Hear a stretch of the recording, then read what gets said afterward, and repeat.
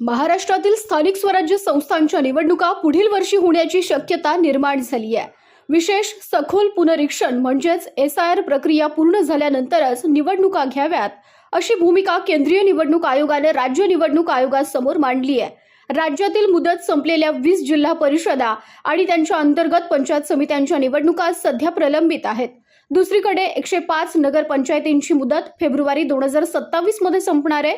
सध्या राज्यभरात मतदार याद्यांच्या SIR ची प्रक्रिया सुरू असून अंतिम मतदार यादी 27 ऑक्टोबरला प्रसिद्ध होण्याची शक्यता आहे। त्यानंतर जिल्हा परिषद आणि पंचायत समितीनुसार मतदार याद्यांची प्रभागनिहाय विभागणी, हरकती आणि सूचनांची प्रक्रिया पूर्ण करावी लागणार आहे।